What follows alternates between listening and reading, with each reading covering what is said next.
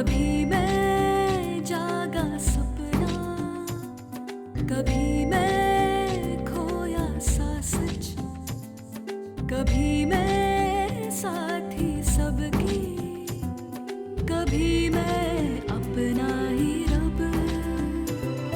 रंगों की खुशबू को कोख में भर सकती हूँ, एक नई जान को सांसों में भर सकती हूँ। मैं ये भी, मैं वो भी, मैं कुछ भी कर सकती हूँ। मैं कुछ भी कर सकती हूँ, मैं कुछ भी कर सकती हूँ। नारी अदालत में हम औरतों के घरेलू झगड़े झंझटों को मिलजुल कर साझेदारी से सुलझाएंगे।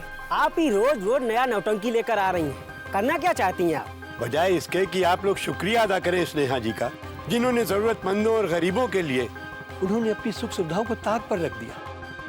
मुंबई की इतनी बड़ी डॉक्टर होने के बावजूद वो यहाँ पर आप लोगों की आकर के मदद कर रही है। अगर उनका शुक्रिया नहीं अदा कर सकते हैं तो कम से कम मर्यादा की तो सीमा में रहिए।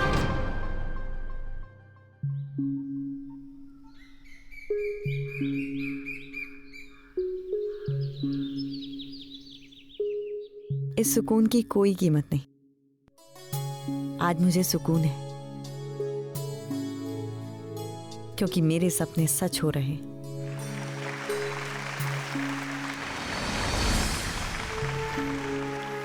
भाई और बहनों, ये क्लिनिक महिलाओं की है, उनके लिए है, उनके द्वारा है। हम चाहते हैं कि हमारे हर गांव में इस तरीके की क्लिनिक हो।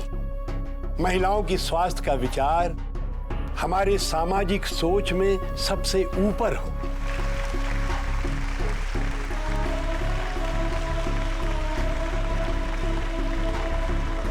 मासी कोई पाप नहीं है, कुदरत की देन है, एक महिला के मजबूत होने की निशानी, कमजोरी की नहीं।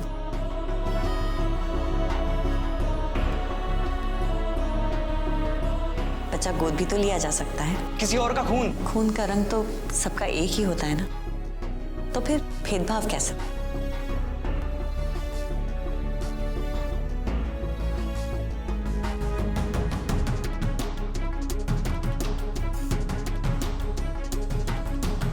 कि जो भी दवा और उपकरण गर्भपात के दौरान इस्तेमाल होंगे उनकी गुणवत्ता का पूरा ध्यान रखा जाएगा, जिससे कोई चोट या इन्फेक्शन ना फैले। काश कि किशोर अवस्था में माँ बाप बैठकर बच्चों से बात कर सकते, उन्हें समझ सकते। इंसान को अच्छा बनने के लिए अपनी और दूसरों की बुराइयों से लड़ते रहना होता है।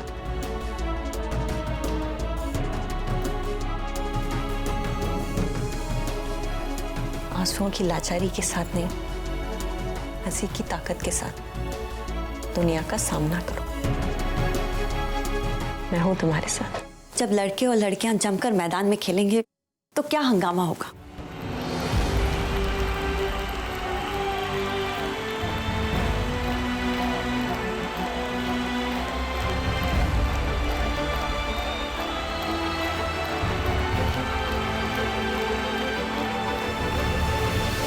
तब ना कोई लड़का होगा और ना कोई लड़की होगी, सब बस खिलाड़ी होंगे।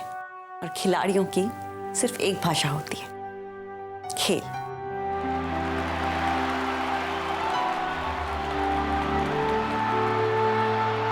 सिर्फ छेड़ कर नहीं, जरा एक बार उनके साथ खेल कर भी तो देखो। उनके साथ कदम मिलाकर देखो, कंधे मिलाओ, नजर मिलाओ, विचार मिलाओ। अपने भटके हुए लड़कों को, बेटों को समझने की, समझाने की जरूरत है। इसीलिए हमने और स्नेहा जी ने सोचा है कि हम गांव के एक एक घर में जाएंगे और वहां के पुरुषों को, लड़कों को उनकी जिम्मेदारी का एहसास कराएंगे। विश्वास भरे छोटे छोटे कदमों से लंबा सफर तय किया जा सकता है। मेरे लिए मेरा संघर्ष मायने रखता है।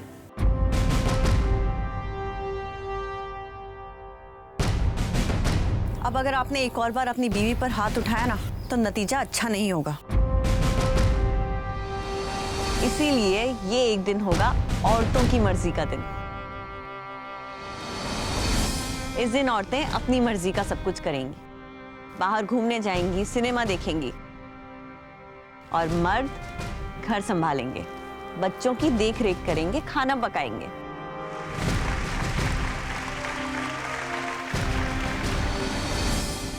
तो आज का प्रथम पुरस्कार यानी कि पति नंबर 1 दिया जाता है श्री उमेश राम को।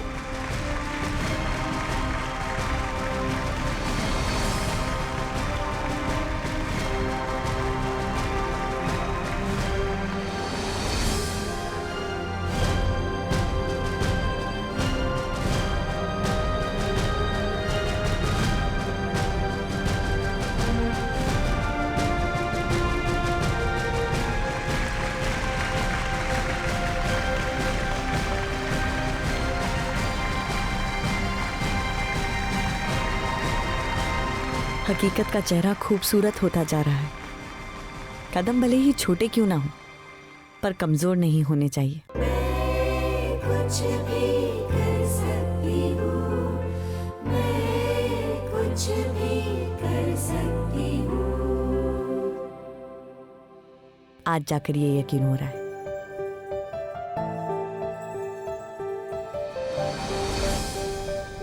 हमारे माथुर निवास का आंगन आज फिर से सज चुका है। नारी अदालत के लिए विश्वास भरा हमारा नया कदम।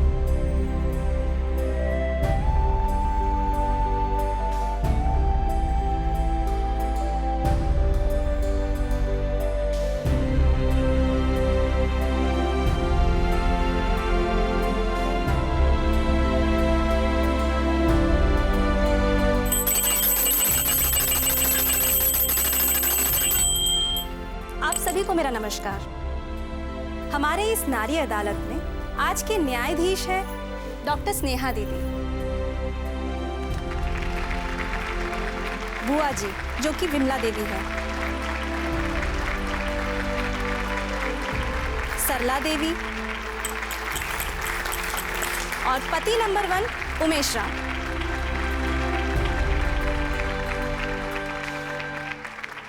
आज कटघरे में है कमल तिवारी, जिनकी शिकायत लेकर उनकी पत्नी रमा यहां आई हुई है।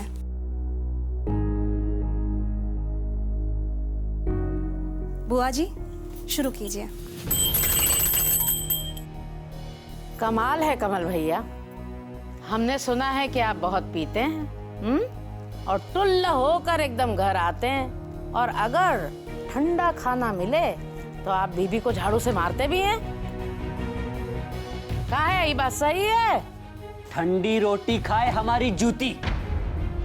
अरे जब तक हम घर नहीं आ जाते ये सो कैसे सकती है हमारे लिए थाली में ठंडा खाना रख के? बताइए आप।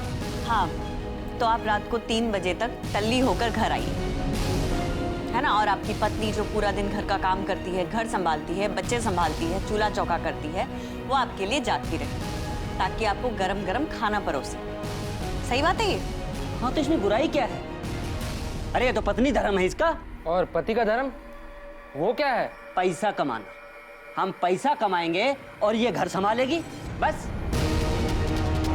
रमा देवी आप बताइए, घर चलाने के लिए आप दिन भर क्या क्या काम करती हैं?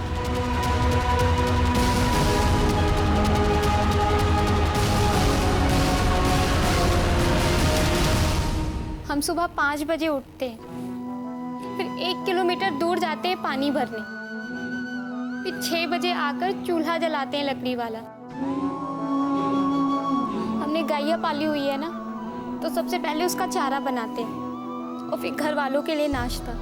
तब तक बच्चे भी उठ जाते हैं तो उनको तैयार करके स्कूल छोड़ने जाती हूँ। फिर वहाँ से आती हूँ, घर में झाड़ू पोछा, आंगन में गोबर से लेपती हूँ, फिर दोपहर का खाना बनाती हूँ।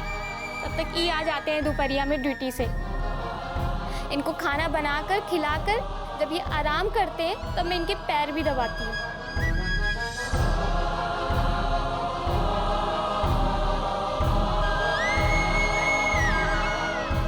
तक बच्चे आ जाते हैं, उनकी देख रेख और फिर रात का खाना बनाना पड़ता है।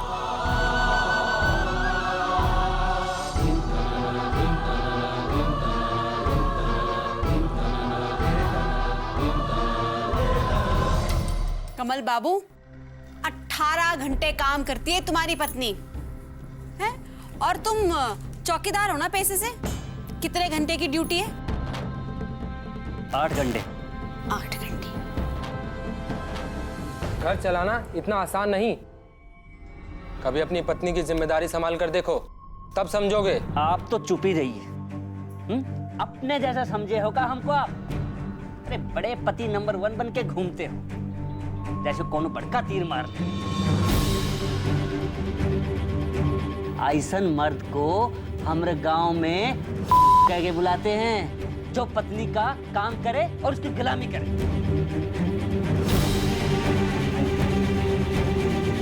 और आप सब ये प्रवचन सुनाने के लिए बुलाए होगा हमको यहाँ। एक पूरे गांव भर में एक हम ही मुर्गा मिले हैं। और तू ये आशा दीदी की बातों में आकर तू हमका यहाँ लेके आई ना।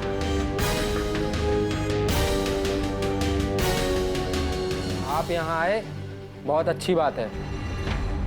हम बस आपको इतना समझाना चाहते हैं कि मर्द बनने के लिए सीना तान कर गर्दन ऊंची करने की जरूरत नहीं। कभी अपनी पत्नी के लिए गर्दन झुका कर देखिए, कभी उसे गले से लगा कर देखिए, कभी उसका हाथ थाम कर देखिए। क्यों? अपनी पत्नी पर हो हल्ला करने में, उस पर हाथ उठाने में तो आपको कभी कोई शर्म नहीं आती। तो फिर उसका हाथ थामने में, उसका हाथ बटाने में किस बात की शर्म आती है आपको?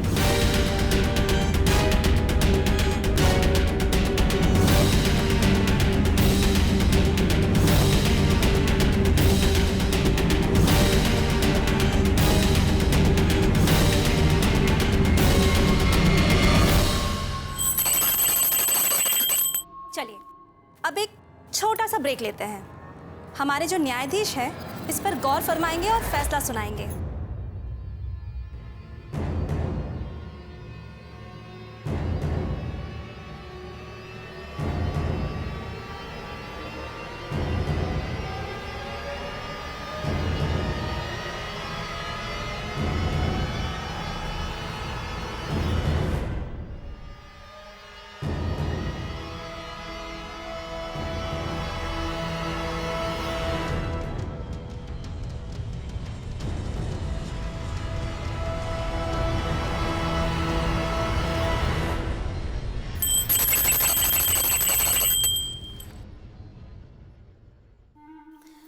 अब इस नारी अदालत का फैसले का समय आ गया है। बताइए क्या है आपका फैसला? 2 महीने तक घर का कामकाज ये संभालेंगे। चिंता मत कीजिए, घर में पैसा भी आएगा। नीलिमा आपकी पत्नी को लघु उद्योग में रोजगार दिला देगी। अब 2 महीने रमा देवी घर से बाहर काम करेंगी और आप जाएंगे मानवता अस्पताल के नशा मुक्ति शिविर में। बहुत पांव दबा लिए तुमने अपनी पत्नी से। अब 2 महीने तक रोज तुम अपनी पत्नी के पांव दबाओगे, ठीक है? बिल्कुल सही बात कही है भाई, ताली।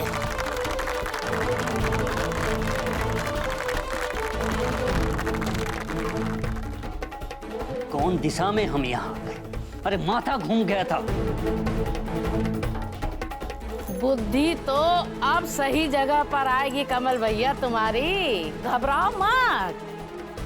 इसने तुम्हारे लिए 16 सोमवार किए थे ना, तुम तो केवल 2 महीने की तपस्या करोगे।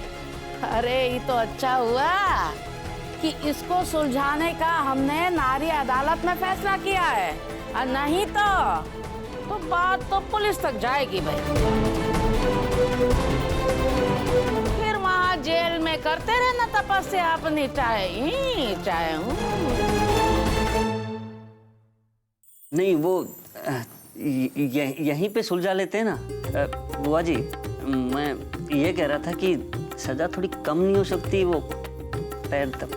बिल्कुल नहीं, जो तय हुआ है सो तय हुआ है।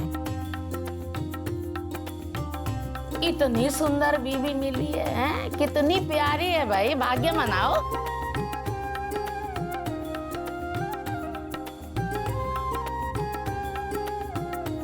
मान रहे हो? हम मानते हैं, कमाल है भाई, कमल जी राजी हो गए भाई। चलो बढ़िया, फैसला हो गया। हाँ?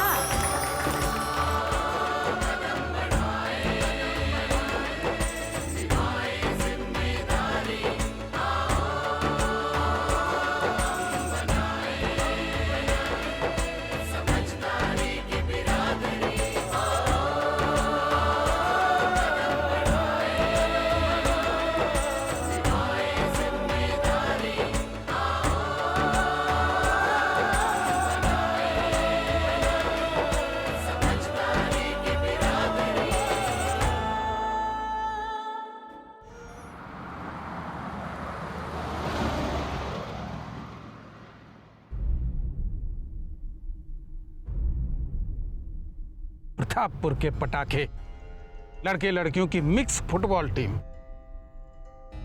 ये डॉक्टर स्नेहा की बहन प्रीता है ना सर, वो है इस टीम की मशाल। वही ना जिसके ऊपर तेजाब फेंका गया था? जी हाँ सर, उस हादसे के बाद भी वो फुटबॉल मैच खेल रही है। फुलझड़ी नहीं है सर, रॉकेट है, रॉकेट। इसे कहते हैं हिम्मत। हिम्मत की तो हद ही हो गई है सर, सारे लड़के लड़कियां एक साथ हो गए। सर ऐसे ही चलता रहा तो देश का नक्शा नहीं बदल जाएगा? अरे बदल जाएगा तो अच्छा है ना, ऐसे ही होना चाहिए, लड़के लड़कियां एक समान। और मंत्री जी का हो अपमान। नहीं, छोटा मुंह पर बड़ी बात, गलत नहीं कह रहे हम। अरे इतना बड़ा फुटबॉल मैच हो रहा था, पहली बार उद्घाटन आपसे करवाते। इतने सारे युवा एक साथ एकजुट हुए थे, नाम होता, यश होता, लेकिन नहीं। स्नेहा मैडम सारी तालियां खुद बटोर लेना चाहती हैं। आपका पत्ता ऐसा कटेगा कि आपको खबर भी नहीं होगी। अरे नहीं, नेता ईंट पत्थर से बनता है क्या? लोगों के मतों से बनता है, और सारी जनता उसकी तरफ हुई जा रही है। हवा और दवा दोनों बांट रही, गांव में घूम घूम कर औरतों का हक दिला रही हैं। पंचायत, सब जगह डॉक्टर स्नेहा घुस गई। सर अगर आपने उसे रोका नहीं ना तो सारी हवा का रुख उसकी तरफ हो जाएगा। शुक्ला जी, नेता जो होता है ना वो पतंग की तरह होता है, इधर हवा का रुख, पतंग उस तरफ। अगर पतंग ने हवा के रुख के खिलाफ जाने की कोशिश की तो हवा की तेज धार जो है पतंग की धज्जियां उड़ा देगी। मेरा कहने का मतलब यह है कि हमें डॉक्टर स्नेहा से दोस्ती रखनी है, दुश्मनी नहीं। तो इतना ख्याल रखिएगा कि माझा हमारे हाथ में हो, उसके हाथ में नहीं।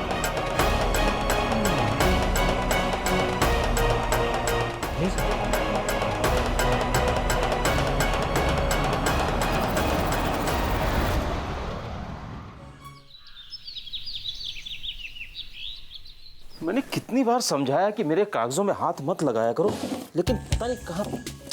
अलका, अलका। बाबूजी, माँ मंदिर गई है। बेटा वो मेरे पेंशन के कागज नहीं मिल रहे, पता नहीं उसने कहाँ रख दिए।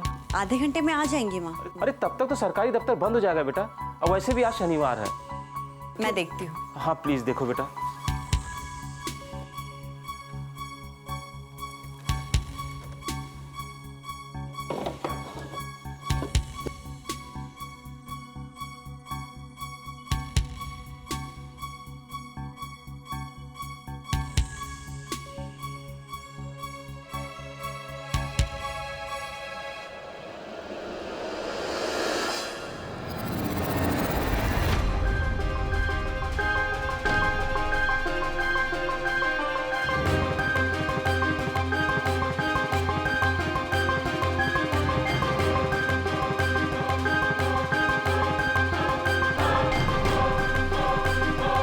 बाबूजी, मिल गया क्या बेटा? ये क्या है बाबूजी?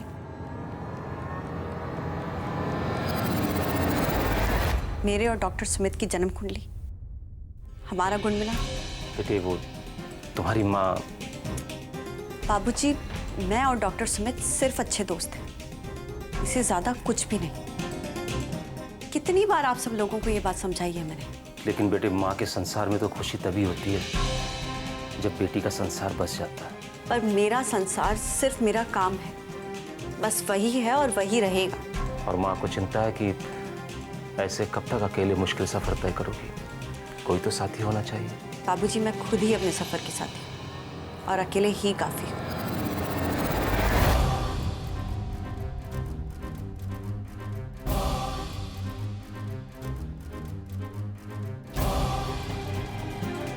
ये कुंडलियां तो बहुत पहले की बात है। इनके बारे में मैं पहले ही तुम्हारी माँ को समझा चुका हूँ और वो समझ भी गई है। बेटा हम ये भी जानते हैं कि डॉक्टर सुमित के रिश्ते की बात डॉक्टर प्रतिमा के साथ चल रही है।